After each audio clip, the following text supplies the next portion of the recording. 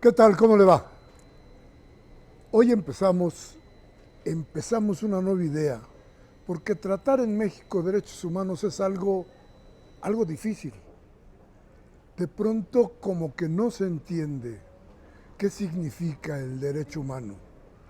Como que de pronto tenemos muchas necesidades que impiden o que impedirían que se ejercieran fundamentalmente los derechos humanos. Tenemos una comisión de derechos humanos importante, importantísima para la vida del país. Sin embargo, hay quejas por muchos lados de que esta comisión no funciona, que debe renovarse y en el proceso está. Pero vamos a dejar hoy que alguien que esté enterado, metido en la entraña de esta labor, nos platique de los derechos humanos en nuestro país. Y hoy aquí en Discrepancias hemos invitado a don Jesús González Esmal, luchador de siempre, de toda la vida, de varios frentes donde lo que se busca es justicia. Y por eso lo hemos invitado hoy aquí a Discrepancias. Así es que no se vaya, aguántenos un momento, regresamos después del corte. Soy Miguel Ángel Velázquez y aquí lo espero.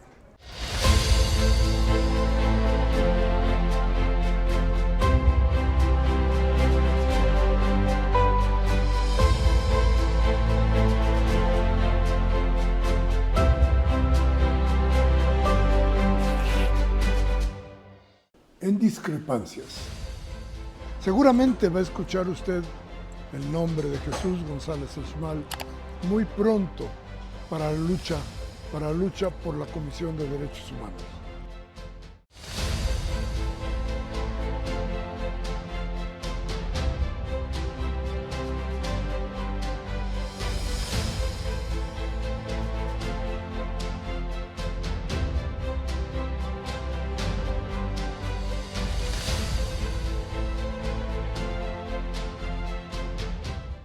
Bien, gracias por seguir con nosotros.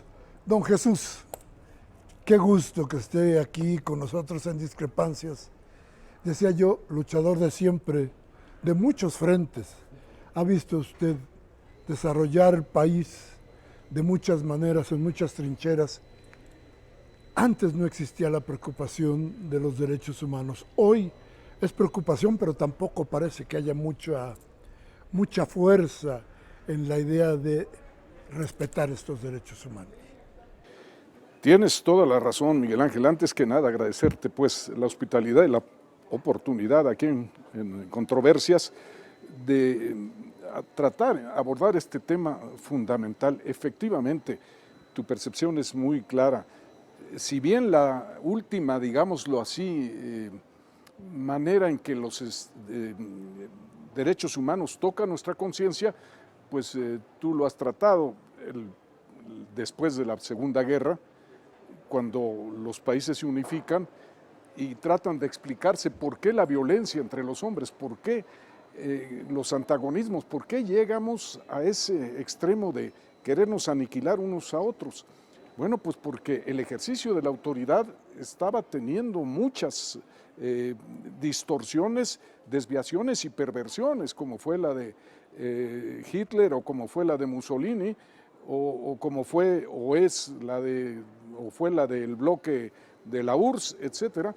Y fue cuando el hombre, pues en esa toma de conciencia internacional, mundial, universal, emite la Declaración de los Derechos Humanos de 1948, que suscribe México y que tiene esa gran aportación de tratar de detener ya las vías violentas, bélicas, confrontaciones, con una solución permanente y definitiva. Si al interior de los países se respetan los derechos humanos, si la convivencia tiene como parámetro ese respeto, es posible que no se generen las dictaduras, que no se generen los autoritarismos, que no se sobrepase el poder sobre los nacionales y que por lo tanto no traslade las fronteras para confrontar naciones. Porque muchas veces, la experiencia lo dice, el líder de una nación trata de generar un problema con otra nación para quitarse el peso de cumplir con sus deberes hacia adentro, hacia sus nacionales. Esta conciencia de 1948, la Carta de la Declaración de los Derechos Humanos de San Francisco, como se conoce, ha tenido un ascenso porque sí suscribí, y hoy está suscrita por el 99% de los países del mundo, pero todavía no se interioriza en la conciencia plena, tanto de autoridades como de ciudadanos, qué es esto de los derechos humanos. México suscribe la Carta desde 1948 y se obliga a asumir esta filosofía, este principio del respeto a los derechos humanos. A ver, pero aquí hay una cosa importante. Parece que el poder siempre camina al filo de la navaja en esto de los derechos humanos. Conservar el poder, ejercer el poder, son cuestiones que en los países, que en las hegemonías, seguramente es la pregunta constante y frecuente. Y frente a eso, ¿qué se hace? ¿Cómo se está luchando? Sí, la sociedad civil, pero no las instituciones. Efectivamente, con la suscripción de los tratados o las convenciones internacionales, cada país se obliga a tener adentro de sí mismo y con vinculación obligatoria en el sentido ético de cumplir con la respetabilidad, con la vigencia de los derechos humanos. Es lo que México conformó como la Comisión Nacional de Derechos Humanos, cumpliendo esas obligaciones de los tratados internacionales, y todas las naciones del mundo tienen un organismo análogo. Aquí en México se constituyó en 1992, primero como una dependencia gubernamental, que fue una decisión, y después logró la autonomía, y ya se conformó como la Comisión Nacional de Derechos Humanos con plena autonomía respecto del gobierno en turno. Y esto, por cierto, es muy interesante porque esta autonomía y esta conformación se consignan en el artículo 102b de la Constitución de la República, precisamente junto a lo que es el Ministerio Público como un defensor de los derechos humanos o de las garantías contra los que transgreden la ley, pero en la vía jurisdiccional y penal. Pero se necesitaba un organismo no jurisdiccional, sino un organismo de peso moral, de ascendiente ético, frente al Estado, frente a los servidores públicos, cuando estos transgreden los derechos del ciudadano. Esta Comisión Nacional de Derechos Humanos funcionó con este amparo constitucional durante mucho tiempo, pero todavía mucho más en 2011, cuando se reforma el artículo primero constitucional y ya se consagra al nivel de las constituciones, al nivel de la propia garantía constitucional, la garantía del respeto de los derechos humanos, y obliga al Estado a la conformación de una institución para ese propósito, no solo para las garantías por el lado constitucional, que es el amparo, el derecho de amparo jurisdiccional, sino una instancia paralela que preserva esos derechos, que no tiene vinculación jurisdiccional, pero que tiene y debe tener fuerza moral definitiva.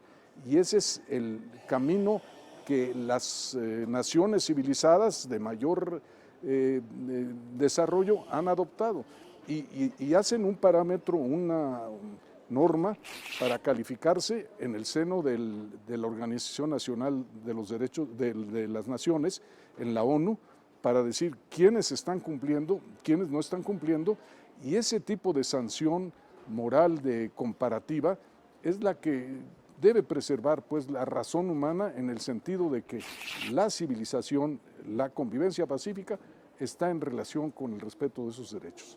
Aunque ahora no tendríamos mucho que decir de la ONU, ¿no? Está muy bocabajeada, digamos. Pues sí. Ha perdido mucha fuerza y mucha credibilidad, ¿no? Yo creo que ha sido un trance muy difícil, con todo y que el secretario general es un hombre de primera, pero sí, las naciones finalmente, entre las que estamos nosotros, pues somos los que le deberíamos dar fuerza a la ONU para que en su seno se dirimieran los conflictos y no se trasladaran a las guerras como las que estamos hoy padeciendo en una gran parte del mundo.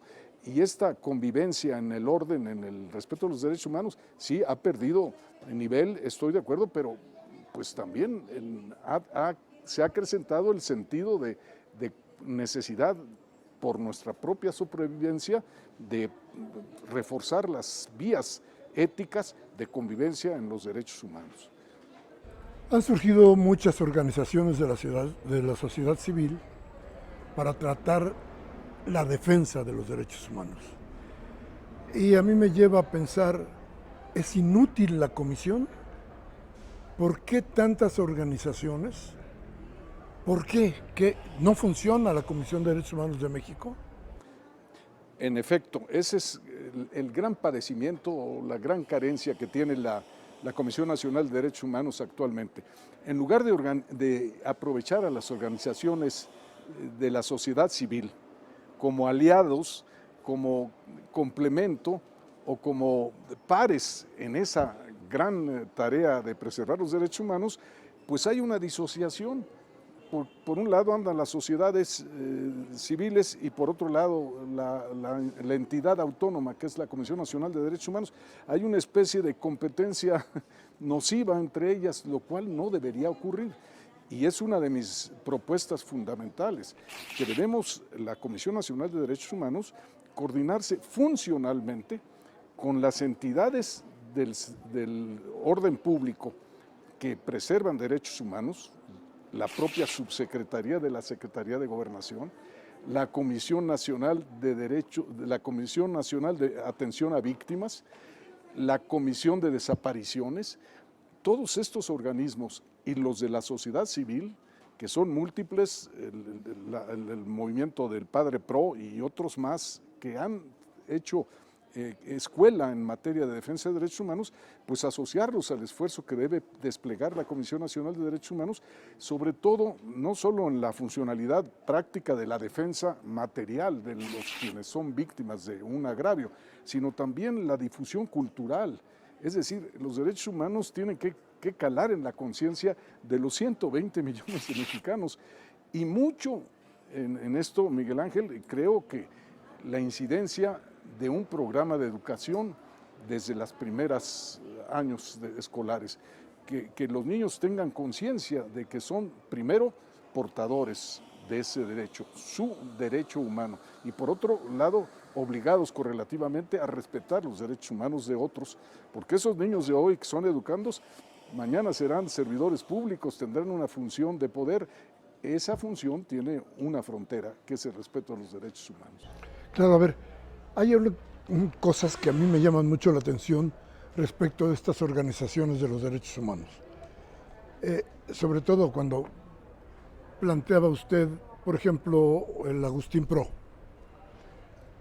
Pero son organismos que se han vuelto muy políticos y que actúan en lo político y que atacan, por ejemplo, a los gobiernos en lo político, pero que los derechos humanos de repente se les fueron y ya no existen.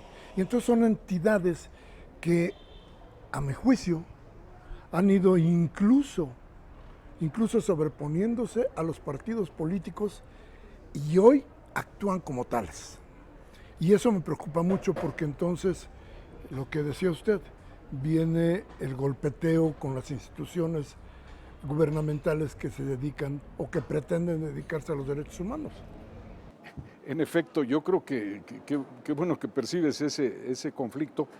Por un lado, y la Comisión de Derechos Humanos debe ante todo ser apartidista y totalmente autónoma respecto del gobierno. Y las de la sociedad civil, a su vez, deben asumir la misma frontera de no meterse con la autoridad política en el tema político o la rivalidad en ese orden.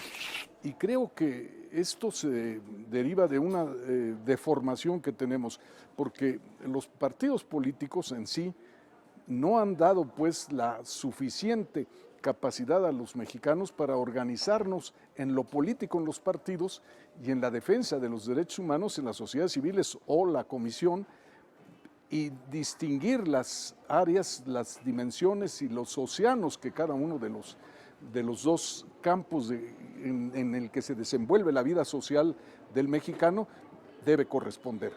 Pero así como las sociedades civiles a veces invaden el terreno de lo político, la autonomía de la sociedad, de la Comisión Nacional de Derechos Humanos, se mete en el apoyo al ámbito político y entonces se vuelve una lucha estéril de confundir a la conciencia nacional. ¿Cuál es la situación de la Comisión de Derechos Humanos actualmente, ahorita? Bueno, ahorita es una calamidad, es decir, hay adentro de la comisión hay un clima laboral enrarecido. Nada más para darte un dato, son 1,710 empleados. Es en el trayecto de los 5 años transcurridos que ha estado la misma administración, se han despedido 1,600 personas. Esto quiere decir, y tiene 104 demandas laborales. Esto quiere decir que hay evidentemente una degradación en la relación laboral interna que impide pues el ejercicio de la función a los niveles que pagamos los mexicanos para que nos defiendan y para que un órgano autónomo creado con ley y soporte constitucional cumpla su cometido. Entonces, aquí esta anomalía es central porque atrofia la comisión y a veces la hace meterse en asuntos políticos de soporte de decisiones políticas o a veces ser indiferente ante agravios a derechos humanos. De este modo tenemos que recomponer toda la funcionalidad, hacer una muy importante introspección. ¿Qué está pasando? ¿Por qué la gente no se pone la camiseta de la comisión? Yo digo que es un honor para cualquier mexicano defender los derechos humanos, pero no meterse en intereses políticos ni confundirse con adhesiones o militancias, sino hacerlo en función de un principio cabal, una convicción de que somos portadores, todos los hombres, por razones de nuestra propia dignidad, de derechos que son defendibles no solo por la vía jurisdiccional. Esta es la última instancia cuando tenemos que ir a un ministerio público, a un amparo, cuando hay las instancias previas que somos nosotros, la Comisión Nacional de Derechos Humanos, al partir de un detonador que se llama queja, que genera toda una acervo de datos y de informaciones y de técnicas de investigación que genera a su vez una recomendación a la autoridad que agravió a un ciudadano para que rectifique en la vía pacífica y de composición el agravio y no tener que ir a una instancia jurisdiccional que se agrava y que cuesta y que generalmente no llega a sus objetivos. Claro. Bien, estamos platicando con Jesús González Esmal y estamos platicando sobre algo que a usted le debe interesar sobremanera: derechos humanos, es decir, sus derechos. ¿Qué tanto se han pervertido esos derechos a partir del juego político, a partir del poder y a partir de la ignorancia? Vamos a seguir platicando con don Jesús, si usted nos lo permite, y se queda aquí con nosotros en Discrepancias. Yo soy Miguel Ángel Velázquez, le invito a que se quede aquí con nosotros en el canal del Congreso de la Ciudad de México. Vamos a un corte y regresamos de inmediato. Bien, gracias por seguir con nosotros aquí en Discrepancias y en esta entrevista, en esta plática con el maestro González Esmal, que nos da una idea de qué pasa con los derechos humanos, qué pasa con nuestros derechos. Y yo quisiera un poco echar la mirada hacia atrás y decir, ¿por qué los derechos humanos? Que no entre humanos deberíamos de tener un entendimiento que no tuviera ley, que no tuviera más que esto el reconocimiento de nuestra propia vida. En efecto, creo que es muy interesante hacer un análisis retrospectivo. Bueno, pues ¿de dónde nace el que somos portadores de un derecho? Antaño se llamó el justnaturalismo, es decir, la naturaleza humana te da un derecho. Ser hombre, mujer, ser un ser humano, naces ya con derechos inherentes. Hubo un tiempo en que esos derechos simplemente se plasmaban en una constitución y se pensaba que esos derechos derivaban de la voluntad del Estado, del constituyente que los reconocía o que los otorgaba. Y al cabo del tiempo y con esta evolución nos hemos percatado que los derechos humanos pues nacen desde las religiones monoteístas que dicen el hombre es un ser semejante a su creador, tiene derechos inherentes, derechos de origen. Posteriormente, ya en nuestra, y que es muy importante porque se trasladan en el siglo XVI a América y cómo los adoptamos como mexicanos y cómo nos reconoce portadores de esos derechos. Hay un grupo de teólogos juristas españoles de Vitoria, Francisco de Vitoria fundamentalmente, y Suárez, que hablan del derecho de gentes, es decir, que el ser gente, el ser humano, te da un derecho primario. ¿Y qué tiene que ver eso con el poder público? Pues es que es donde se da el conflicto de que las monarquías, las dinastías decían, a mí me viene el derecho divino de Dios, porque a mi estirpe, a mis ascendientes les dieron derecho de nombrar al monarca. Y rompen con ese mito y dicen, no es cierto. El derecho humano, el derecho de gentes, nace al nacer la persona. Y este derecho se transforma después en lo que se conoce como la soberanía. Es igual para todos.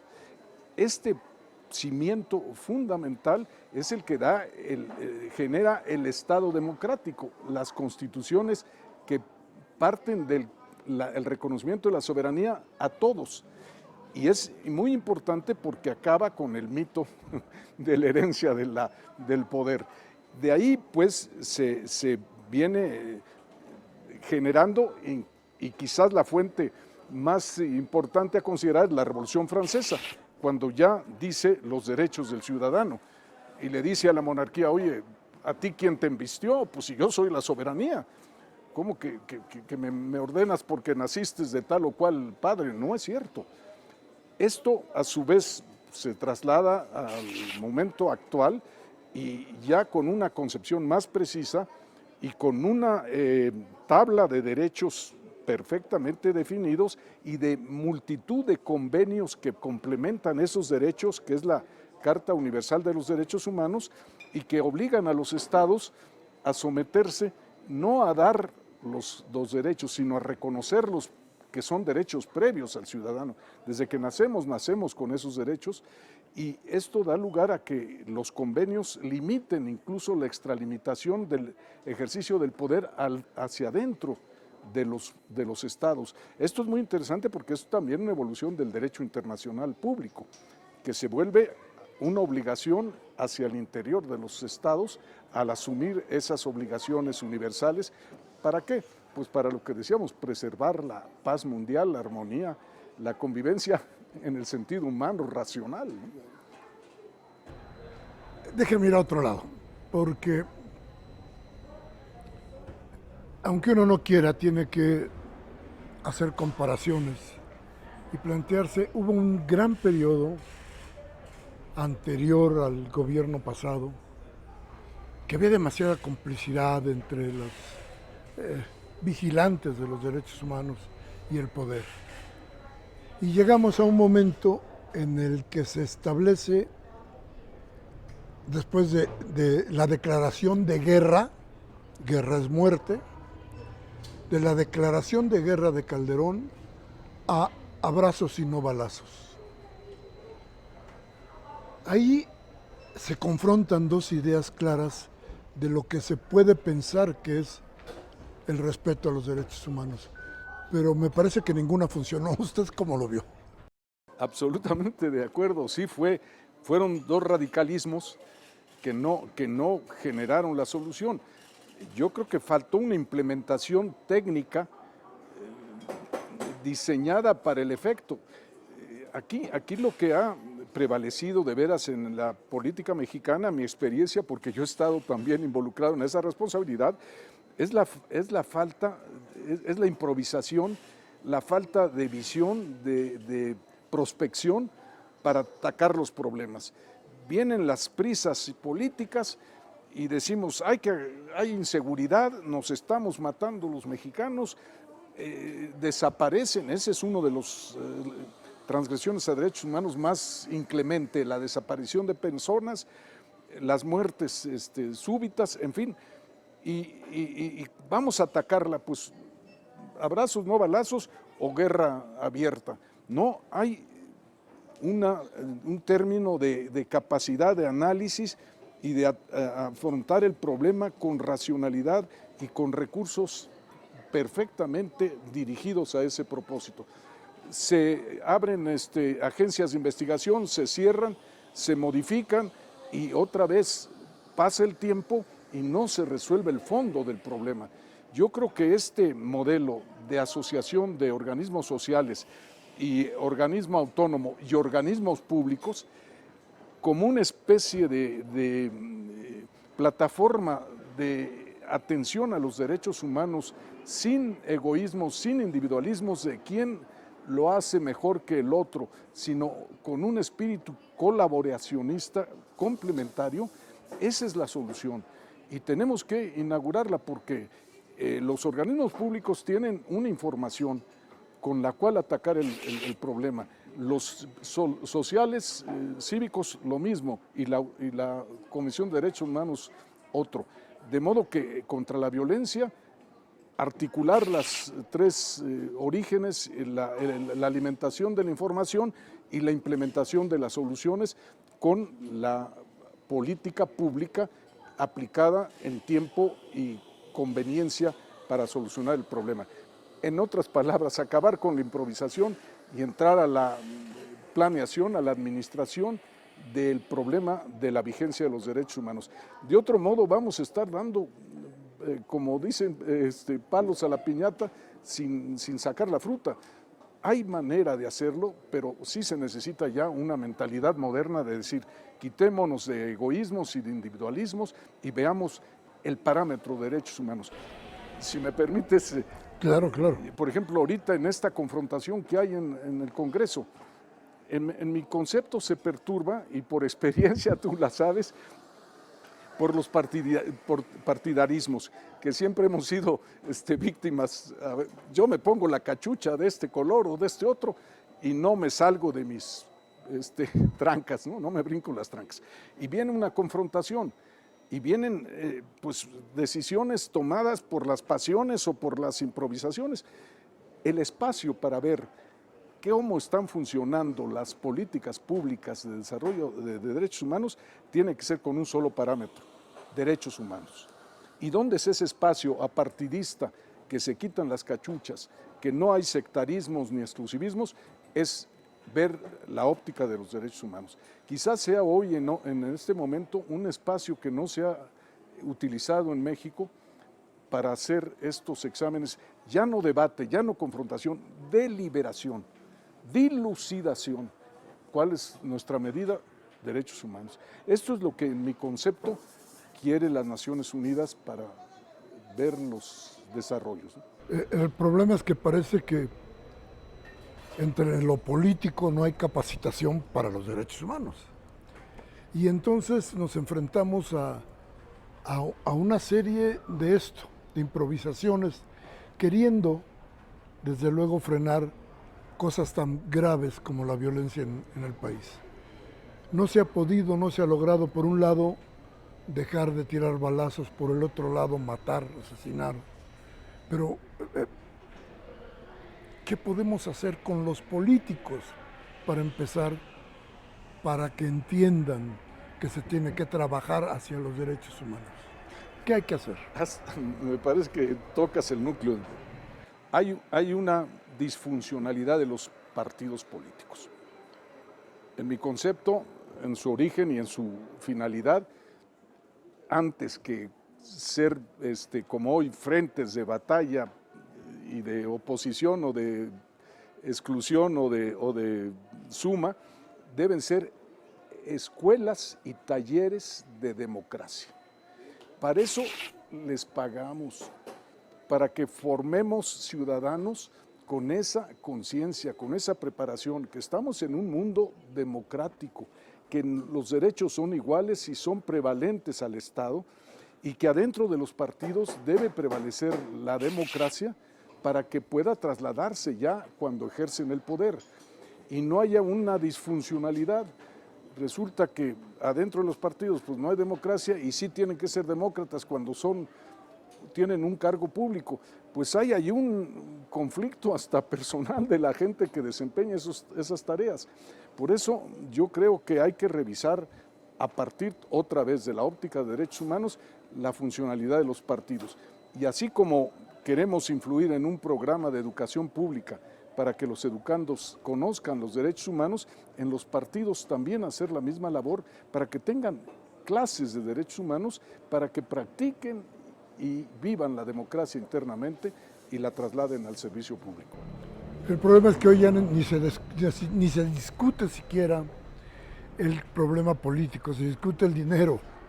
Y entonces, cuando entra el dinero, se acaban los derechos humanos, porque el interés es la cartera. Y creo que en eso no hemos logrado tener un acuerdo político, nadie. Y los políticos quieren seguir ganando dinero. Yo creo que es factor fundamental. Los partidos deben estar subsidiados, pero con limitaciones, porque es hoy, lamentablemente, uno de los atractivos que hacen militantes, lo cual es una negación. Yo creo que los partidos ante todo deben integrarse de voluntarios que coincidan con los ideales, con los propósitos de beneficio común, no con las oportunidades para hacerse de un cargo o de tener una remuneración, porque esto distorsiona. Sí necesitan los partidos apoyos. Yo me acuerdo de los tiempos idos que se hablaba de eso, de que los partidos solo podían tener apoyo para hacer sus publicaciones, sus difusiones por los sistemas electrónicos, etcétera, pero no ríos de dinero que les dan en el ejercicio del cargo, que les dan en las propagandas y las campañas, y que se vuelve una competencia económica a ver quién tiene más recursos. Y hoy, por ejemplo, con estas elecciones que vienen, hay el riesgo de que entren incluso los poderes fácticos y legítimos como los delincuencia organizada a patrocinar campañas. Hay que parar la antena en ese tópico que tú tienes de por qué el móvil económico distorsiona la capacidad de un idealismo político, de la justicia, de la mejoría en la convivencia y de la conciencia de igualdad, ¿verdad? Que eso ya está en el ámbito de la discusión y que creo que no quieren profundizar, pero bueno, alguien me decía, es que ¿cómo vamos a asegurarnos que los que vienen sean mejores? Digo, no, yo no creo que podamos asegurar que los que vengan sean mejores. Lo que sí estoy cierto es que los que están podridos, de eso estoy verdaderamente de acuerdo. Entonces ahí no hay que hacer. Creo que el país requiere una reforma sustancial en todo lo político, donde los derechos humanos sea una cuestión principal. ¿Usted diría por ahí?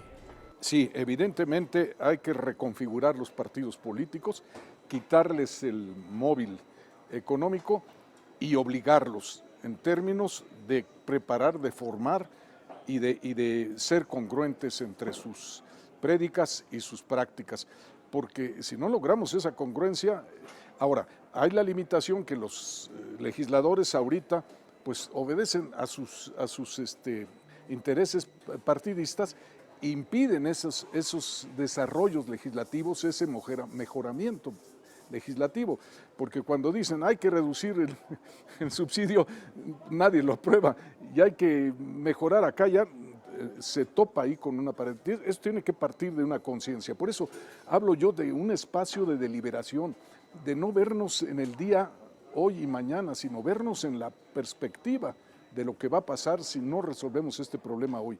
La confrontación está llegando a niveles muy peligrosos.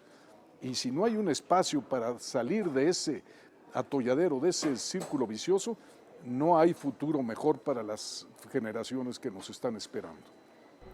Bien, mire, yo creo que conforme ha venido transcurriendo esta conversación, las cosas se han vuelto cada vez más importantes, más interesantes, porque lo que nos dice el maestro González Esmal nos hace reflexionar, pensar, ver hacia adelante, como nos dice él. Vamos a seguir con el maestro González Esmal en el siguiente bloque. Y yo espero que usted se quede con nosotros porque tenemos mucho que platicar todavía con el maestro. Déjeme ir un corte, regresamos de inmediato. Bien, gracias por seguir con nosotros aquí en Discrepancias. Y antes que el calor de la plática nos lleve a cualquier otro lugar, que como usted ve, está bastante amplio el lugar para seguir platicando hoy de derechos humanos, déjeme darle un agradecimiento a la librería Porrúa, que hoy se volvió nuestra casa, la casa de Discrepancias, para empezar o para seguir con esta plática. Así es que gracias a los señores Porrúa por darnos albergue hoy aquí en el bosque de Chapultepec y seguir con lo nuestro. Maestro, a ver, ¿y a usted no le gustaría entrarle al toro de la Comisión de Derechos Humanos?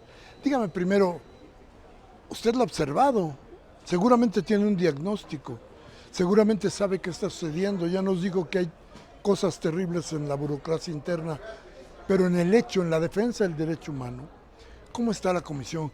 ¿Cuál es su diagnóstico? Bueno, en efecto, la comisión tiene una dolencia fundamental y se los dije a los senadores, que comparte con el Senado de la República. Nunca se constituyó el Consejo Consultivo. La Comisión Nacional de Derechos Humanos se concibió como un presidente, pero con un consejo de 10 consejeros que son fundamentales para un gobierno colegiado y para que las posiciones y las estrategias de defensa y las acciones tengan eficacia, pues no las puede pensar una sola persona, tiene que tener un órgano consultivo. Se propuso un primer consejo en 5 años y no duró un mes. Al final del periodo pasado se conformó otro consejo y renunciaron los consejeros porque la presidenta no los dejaba. La presidenta y el secretario técnico, que se hizo ahí una mancuerna medio difícil, porque se hizo un gobierno centralista, autoritario, que impidió compartir las percepciones y las soluciones de los problemas de derechos humanos y se redujeron a cazar uno que otro problemita o a aportar apoyos con bastantes intereses sectarios y ya no hicieron más allá y sin embargo quieren volver a estar en el acto. Yo creo que es una obligación el reconstituir el Consejo Consultivo de esta Cámara de Senadores que está hoy en ejercicio. Eso es fundamental. Es también muy importante adentro de la comisión reforzar el órgano interno de control, porque se habla de malos manejos y es importante que un órgano interno de control tenga una fiscalización rigurosa, porque son 2,000 millones de pesos al año los que maneja esta comisión. Así que habrá que tenerlos con mucho cuidado. Hay 3 pilares dentro de la comisión muy importantes. La Secretaría Ejecutiva, que se ha desvirtuado porque es la que tiene relación con organismos internacionales, porque eso también debe intensificarse. Cómo estar en contacto con otras experiencias en otros países y con organismos internacionales y mundiales. Es muy importante la Secretaría Ejecutiva. Debe haber una Secretaría Técnica. Las recomendaciones y los análisis de la violación de derechos humanos exige realmente una focalización jurídica profunda, constitucional y convencional, que debe refortalecerse. Y luego el oficial mayor, la administración la administración de recursos y la administración de recursos humanos, es decir, que los miembros de la comisión tengan vocación y se sientan corresponsables de las decisiones y de su gran misión en el México de hoy. Estos 3 pilares son fundamentales. Desde luego, respecto a los visitadores, hay muchos llamados visitadores adjuntos que dependen de la visitaduría, darles mucho mejores condiciones de trabajo en el sentido de incluso elementos de trabajo como movilidad, como lugares donde preparar sus computadoras, en fin, y dos y tres comisiones más que tienen que adentro funcionar perfectamente. La comisión de ética, que para que ninguno de los integrantes visitadores, que deben ser más de los que hay hoy, de los 17,000 integrantes del personal, apenas 1,170, 180 son visitadores. Hemos dicho que hay que cambiar la territorialidad por el escritorio. Hay que sacar los visitadores a los lugares donde se dan las incidencias de transgresión y hacer mucho más amplia la movilidad de los volantas, que se llaman los visitadores que tienen que estar en los sitios de conflicto en el tiempo adecuado, porque no se vale que ya después de que mataron 15 hombres se presente el de derechos humanos, el visitador, a dar cuenta de lo que pasó. Hay que estar casi en los momentos de los riesgos y asumirlos como tales, porque esa es una obligación. Y desde luego la atención a los quejosos. Es tal el caudal de personas que tienen que llegar y tenemos que ver dónde está la localización de esas oficinas de atención, darles el trato rápido y adecuado y desde luego con consideración. Una persona que va afectada de derechos humanos, lesión, por ejemplo, no me atendieron en el ISSSTE, no me hicieron, se me murió esa es una persona que está en un trauma, que está en un shock, requiere una atención especial. Por lo tanto, las instalaciones y los lugares en donde puede ir la gente a presentar sus quejas, tanto por línea como personalmente, cuando es necesario, tienen que ser adecuados y ubicados en sitios. Ahorita están, por ejemplo, en una lateral del periférico, que está hasta el sur. ¿Cómo accede hay que verlas cercano a los metros, en lugares que la persona pueda llegar y ser atendida? Este es un asunto. Y luego la red nacional, perdón que me amplíe, los 32 estados tienen una Comisión de Derechos Humanos, tenemos que articularnos con ellos y las delegaciones de la nacional tienen que estar también en los sitios, porque no somos Comisión Nacional del Valle de México, somos de la nación y además recibir la riqueza de la aportación de ellos para la mejoría cultural. Sobre todo esto es muy importante, incidir en la conciencia de los derechos humanos. Y mucho más también reducir dramáticamente el tiempo de respuesta a las quejas. No se trata de que las personas den 15 vueltas para que finalmente se cansen y dejen el asunto. Quizás sean términos de 30, 60 días lo máximo, pero integrar una investigación darles soportes periciales, técnicos a los visitadores que hacen la investigación para que esto tenga agilidad. Entre muchas otras medidas inmediatas son las que tendríamos que tomar. Déjame poner un par quizá de ejemplos para decirle a la gente cómo va o qué piensa González Esmal de todo esto.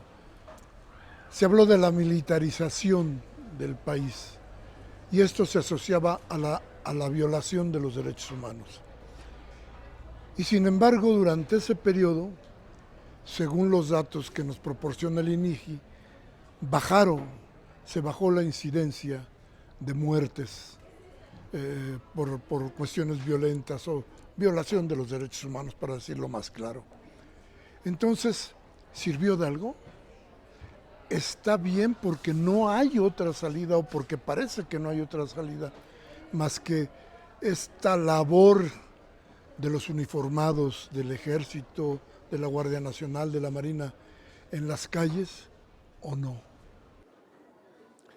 Yo te contestaría, faltó apoyo de la Comisión Nacional de Derechos Humanos a las decisiones de la política de seguridad del Poder Federal. ¿Por qué? Porque el Poder Federal, el Ejecutivo Federal, debe saber que tiene una Comisión de Derechos Humanos a la cual no ir a discutir, no ir a debatir, no ir a confrontarse en los ambientes congresionales o en las disputas de poder, sino deliberar, dilucidar la medida para hacer una política de seguridad confiable. ¿Qué virtud tiene la Comisión Nacional de Derechos Humanos de albergar o de atraer ese análisis, esa reflexión y esa profundización? Pues que tiene una experiencia internacional inmediata y que es apartidista, totalmente neutra. No tenemos ningún interés de favorecer ni al poder en ejercicio ni al partido A o B, sino a buscar las mejores medidas para la solución del problema. Yo creo que ahí hubo una ausencia tanto del Ejecutivo al consultar la comisión, como la comisión de prestar sus servicios con una... Acuérdate que el origen de las comisiones de derechos humanos es un origen de autoridad moral. El ombudsman en los países escandinavos era un hombre que no tenía más que una oficinita, pero tenía tanto reconocimiento de su ética, de su calidad patriótica, que señalaba una violación de derechos humanos y el rey mandaba al sujeto señalado a una revisión y en un momento dado a la destitución.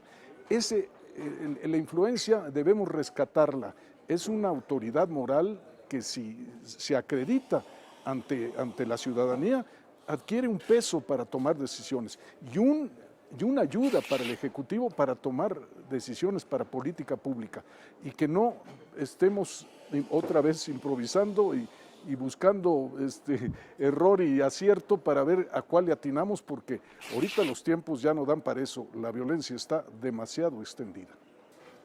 A ver, y en ese mismo terreno de plantearnos quién es González Schmal para la Comisión de Derechos Humanos, déjeme preguntarle o déjeme hacerle recordar una de sus luchas, Aburto y la lucha que ha dado González Schmal para tratar de que ahí se haga justicia.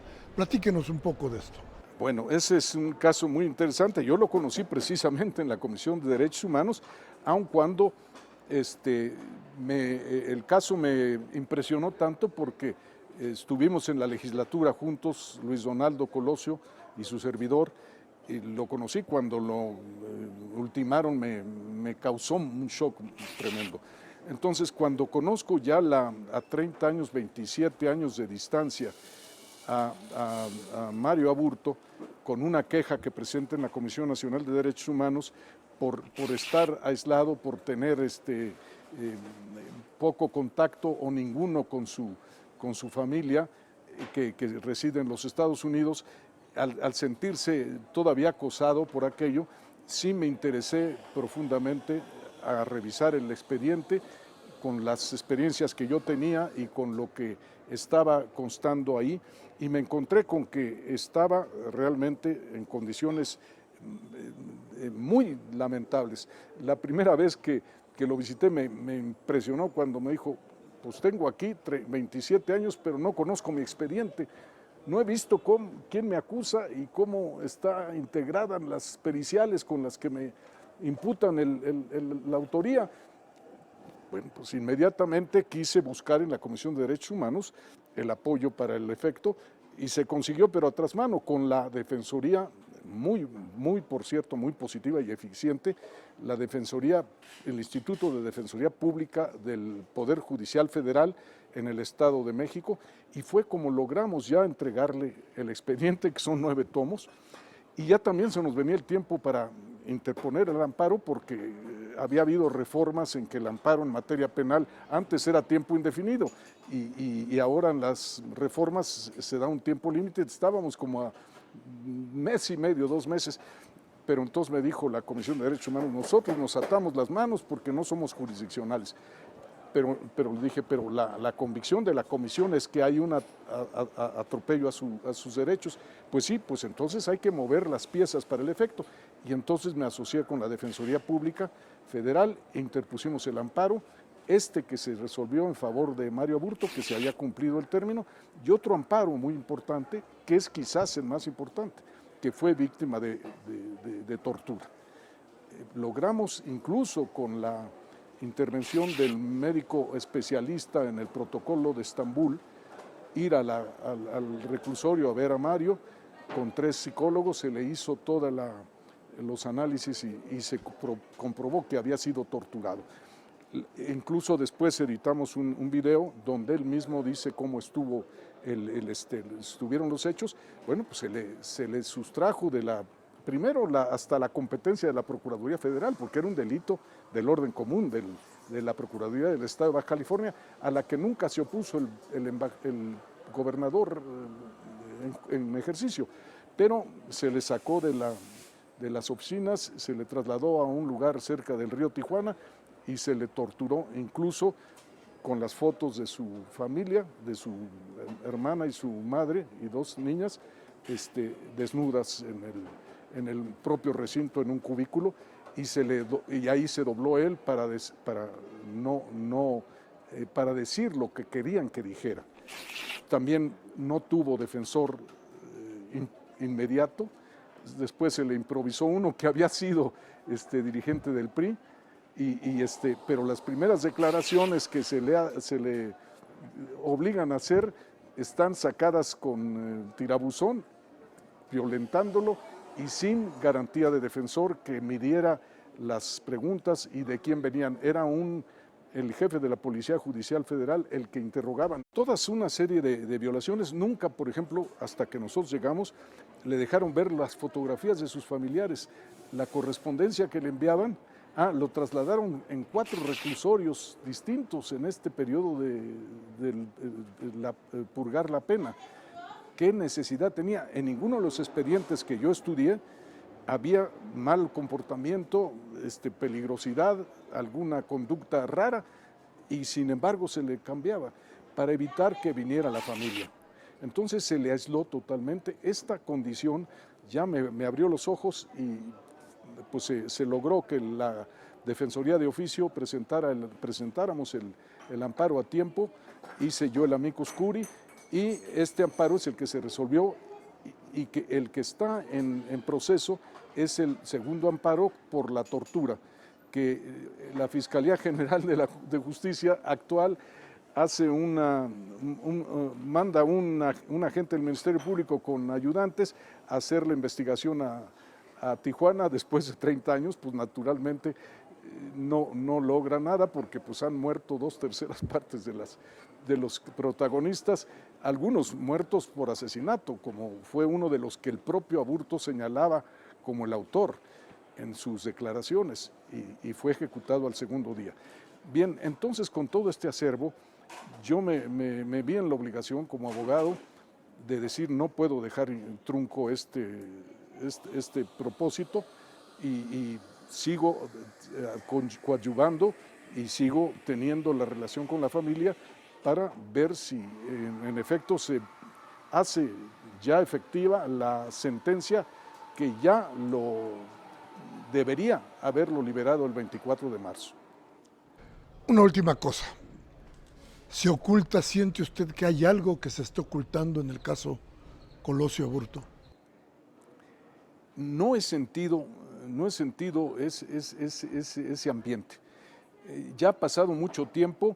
La decisión del colegiado que le aplica la ley local y reduce la pena es una solución que se sustenta en lo que se llama el mayor beneficio para el quejoso con el menor esfuerzo, que no dice si fue o no fue. Aplíquese en su beneficio la ley vigente y en ese momento, en el lugar en que ocurrieron los hechos, porque es un delito del orden común.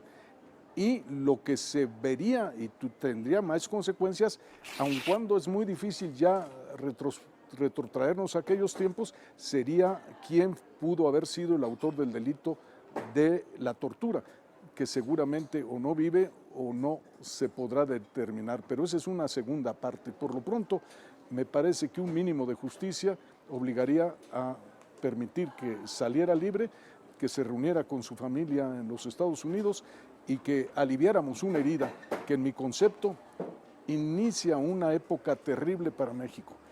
Es cuando todo indica, y así lo dice el propio Mario, pudo ser un crimen de Estado y que eso degeneró, degradó, hizo decaer el sentido del ejercicio del servicio público en el poder, porque permitió que se dirimieran los conflictos incluso entre el mismo partido mediante la privación de la libertad de alguno de ellos. Y esto lamentablemente pues es un poco lo que propicia después una especie de anticultura de violencia, donde ya se vale la pena privar de la vida al prójimo con inmunidad y sin consecuencias. Y se ha hecho pues un círculo vicioso, creciente, de crímenes que quedan totalmente intocados, que quizás tienen su origen en ese primer hecho tan lamentable como la pérdida de un candidato a la presidencia de la República, como lo fue Luis Donaldo. Bien, usted ha escuchado durante toda esta entrevista, esta plática, las ideas, la forma, la lucha de González Uxmal frente a algo que a todos nos incumbe, que es importante para todos nosotros. Seguramente va a escuchar usted el nombre de Jesús González Uxmal muy pronto para la lucha por la Comisión de Derechos Humanos. Yo, por eso, le invitamos a estar con nosotros, a decir todo esto que usted acaba de escuchar y que le dará una idea de lo que puede ser esa comisión en sus manos. Así es que, maestro, muchas gracias por estar con nosotros. Gracias, de veras, Miguel Ángel, eres muy hospitalario. Aquí estamos. Y a usted, por haber estado con nosotros aquí en Discrepancias. Soy Miguel Ángel Velázquez y como siempre le digo, estoy seguro que por ahí nos encontraremos. Hasta la próxima.